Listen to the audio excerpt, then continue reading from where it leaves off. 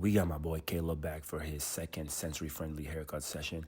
If you remember Caleb from the first time, I don't even think he sat in the chair once, but I was still somehow able to get it done and give him a fresh cut. So now I'm curious to see how he does for his second session. And this time I'm gonna take a little bit longer pairing with him, just getting him comfortable, talking to him, and just kind of building that connection with him before I even start the haircut. It's extremely important to build rapport with my sensory clients before proceeding with the session. I tried the weighted cape on backwards for Caleb, and he does not like it. Wearing the weighted cape backwards superhero style sometimes works, but not all the time.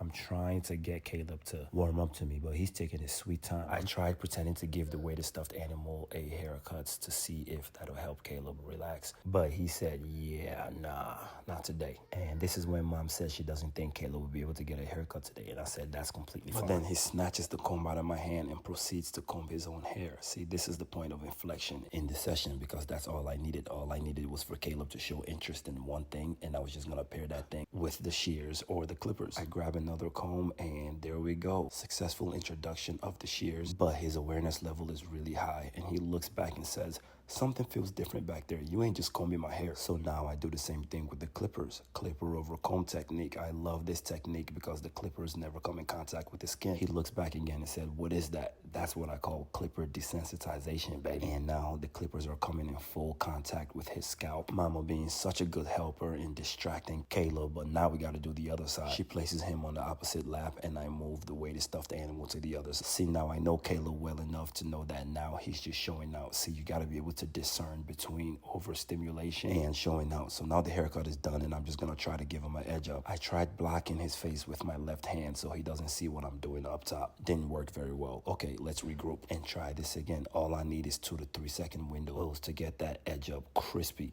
Oh, look at the pullback. See, there you go again. Showing out, but the haircut does need to come to an end because he's been doing very well, and I just gotta let that man go. See, Caleb, this is the downside to having a meticulous barber. We try to get everything perfect every time. Added some texture on the top, and that boy is ready to go. Look at the fade with the crispy edge up, and look at the bubble party!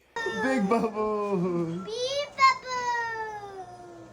God, I just love my job. Shout out to Caleb for doing so well on his second sensory haircut session. Donate to our GoFundMe today to sponsor sensory-friendly haircut experiences.